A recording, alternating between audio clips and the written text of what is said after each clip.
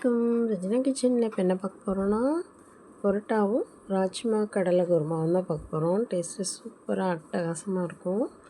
வாங்க எப்படி செய்யுதுன்னு பார்க்கலாம். உங்களுக்கு பரோட்டா ஈஸியாக நான் எப்படின்னு செஞ்சு காமிச்சிருக்கேன். வாங்க பார்க்கலாம். நான் 2 கப்பு மைதா எடுத்துக்கிறேன். இதில் கொஞ்சம் உப்பு சர்க்கரையும் போட்டுக்கலாம்.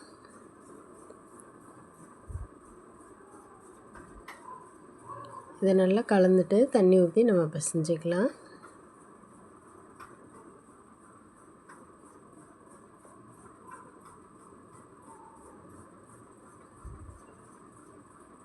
இதை நல்லா கலந்து விடுவோம். இது நல்லா கலந்துட்டு கொஞ்சமாக எண்ணெய் ஊற்றி பிசைஞ்சிக்கலாம்.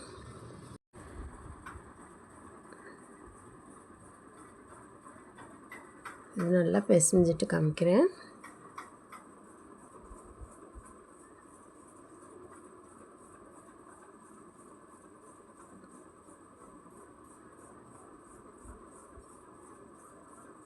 நல்லா சூப்பராக பிசைஞ்சாச்சு.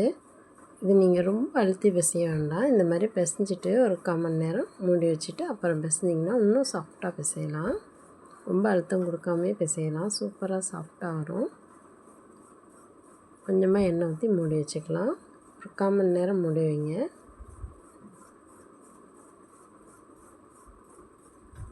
ஒரு 1/4 மணி நேரம் கழித்து இன்னொரு தாட்டி நம்ம அதே மாதிரி பிசைஞ்சு வச்சுக்கலாம். இப்போயே மாவு பாருங்கள் சாஃப்டாக இருக்குது. உங்களுக்கு தெரியுதா என்னன்னு தெரில. உங்களுக்கு எப்படி இருக்குன்னு பாருங்கள். சாஃப்டாக தெரியுதா?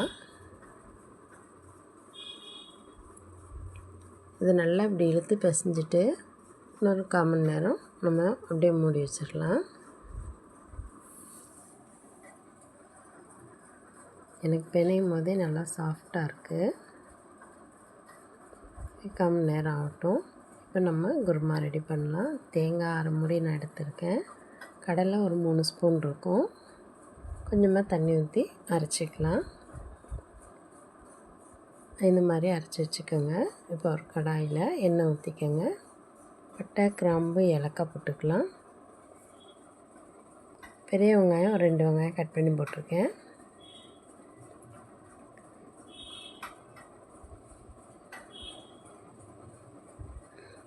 இதை நல்லா வதக்கிட்டு இஞ்சி பூண்டு பேஸ்ட்டு 2 ஸ்பூன் போட்டுக்கலாம்.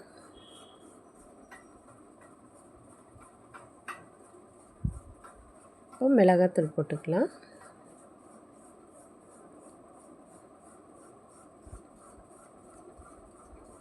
மஞ்சத்தூள் போட வேண்டாம். நல்லா வதக்கிட்டு தக்காளி போட்டுக்கலாம். தக்காளியும் பச்சை மிளகாயும் போட்டுக்கலாம்.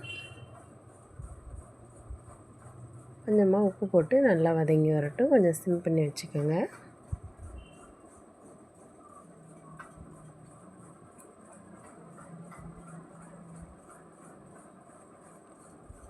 இது நல்லா வதங்கி வந்ததுக்கப்புறம் நம்ம ராஜ்மா போட்டுக்கலாம்.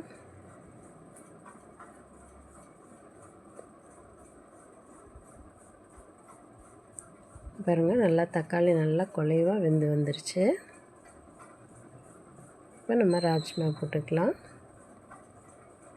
ராஜ்மா நான் ஓவர் நைட் ஊற வச்சு ஒரு 3 விசில் வச்சு நான் எடுத்திருக்கேன். இப்போ அதையும் போட்டுக்கிறேன். இதையும் நல்லா கலந்து விடலாம்.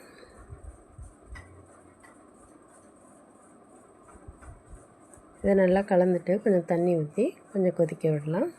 இந்த மசாலா வாசம் கொஞ்சம் போகணும்.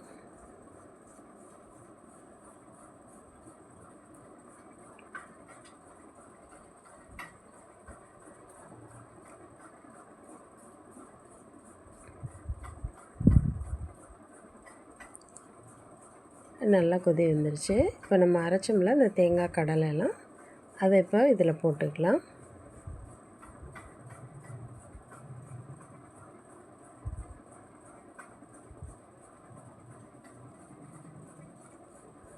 தண்ணி உங்களுக்கு குருமா எவ்வளோ வேணுமோ அவ்வளோ தண்ணி ஊற்றிக்கோங்க. நம்ம கடலை போட்டிருக்கனால கொஞ்சம் திக்காகவே இருக்கும். இதை நல்லா கலந்து விட்டு மூடி போட்டு கொதிக்க விடுங்க.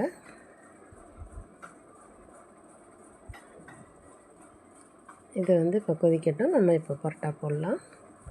நல்லா இந்த டைல்ஸை நல்லா தொடச்சி விட்டுருங்க. நான் கழுவிட்டு தான் தொடச்சிருக்கேன். இப்போ மாவு நல்லா ஊறியிருக்கு, நல்லா சாஃப்டாக இருக்குது பாருங்கள், உங்களுக்கு பார்த்தாவே தெரியும். இப்போ அதை சின்ன சின்ன உருண்டையாக போட்டுக்கலாம்.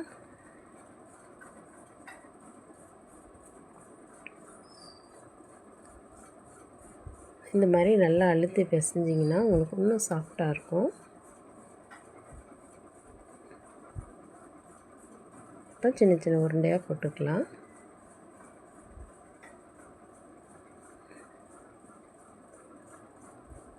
எண்ணெய் கொஞ்சம் கையில் தொட்டுக்கோங்க.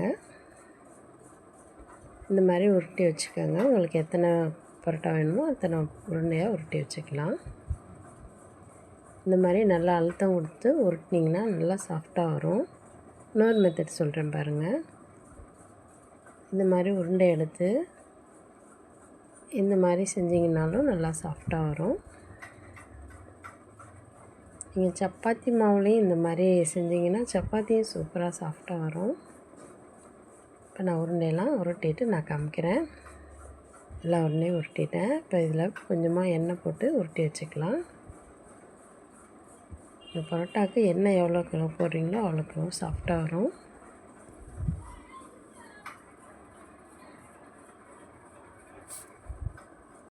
எல்லாம் எண்ணெய் போட்டு உருட்டி வச்சுட்டேன். இப்போ நம்ம குருமா பார்க்கலாம். நல்லா கொதி வந்துருச்சு. இப்போ அந்த பரோட்டாவை நம்ம வேலித்து நம்ம வீசுவோம்.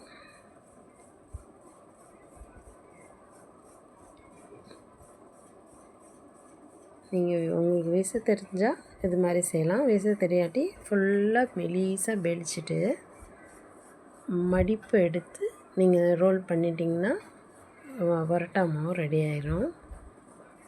இந்த மாதிரி நடுவில் கொஞ்சம் எண்ணெய் ஊற்றிக்கோங்க. இப்போ நம்ம கையில் வச்சு அடிக்கலாம்.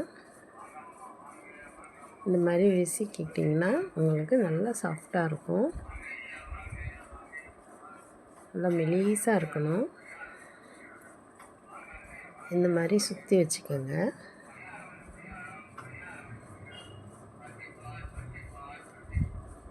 இந்த மாதிரி சுற்றி பிளேட்டில் எல்லாத்தையும் இதே மாதிரி செஞ்சு அடுக்கிக்கலாம்.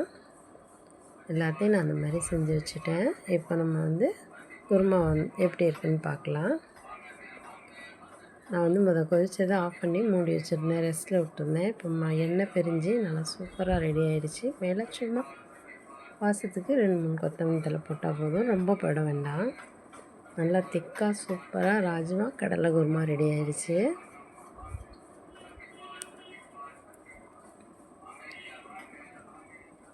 இப்போ இது மூடி போட்டு ஒரு ஓரமாக வச்சிடலாம். இப்போ நம்ம பரோட்டா போடலாம். கல் நல்லா சூடானதுக்கப்புறம் கொஞ்சமாக எண்ணெய் ஊற்றிக்கங்க.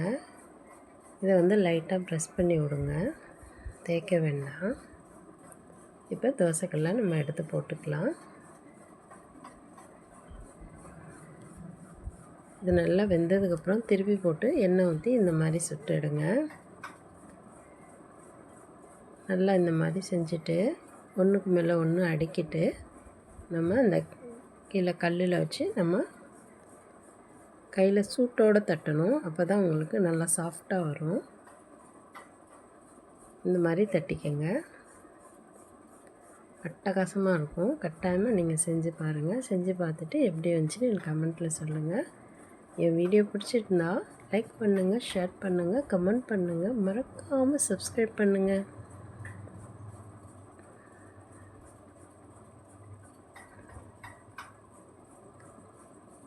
Okay, bye. Assalamu alaikum.